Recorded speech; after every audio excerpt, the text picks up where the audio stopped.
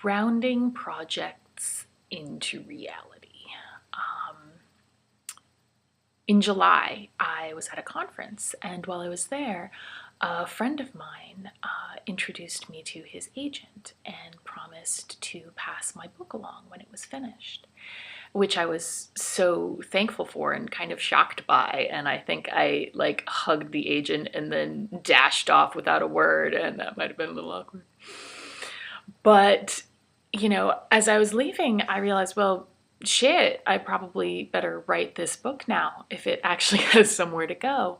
And so I did start writing it. You know, it's about my dad and about the experience I had with that, because I feel like it was really a very formative experience for me in terms of kind of meeting myself and meeting my father and meeting my family in the process of one of us dying, because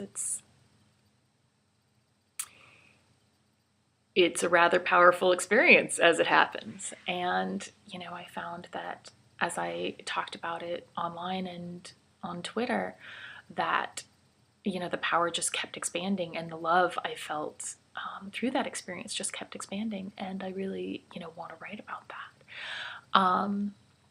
So I started this book, and, you know, probably got about 40 pages in, and then, you know, life happened.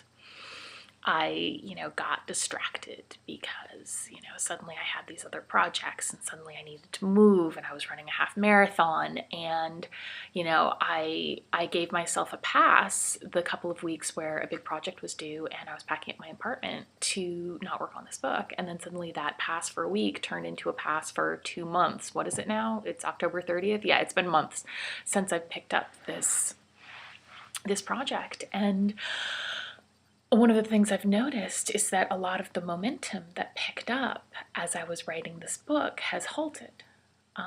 You know, and I was kind of bashing my head against that for a while. Like, you know, shit, I need to find clients, I need to find money, maybe I need to get a job, what do I do?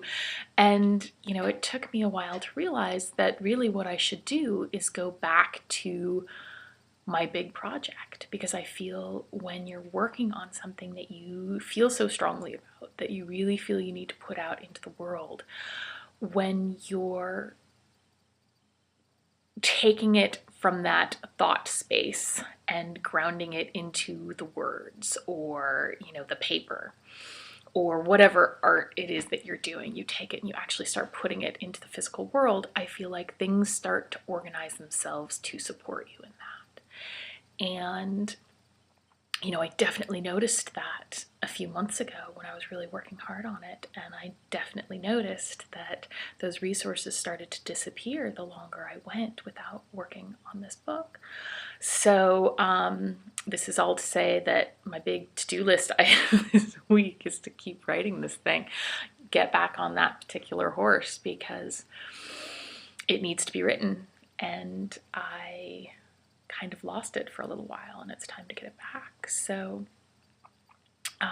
my question for you is there something you really feel very strongly about and you really feel you should be working on, you need to be working on? I mean, I don't like should or need as words particularly, but you know what I'm saying.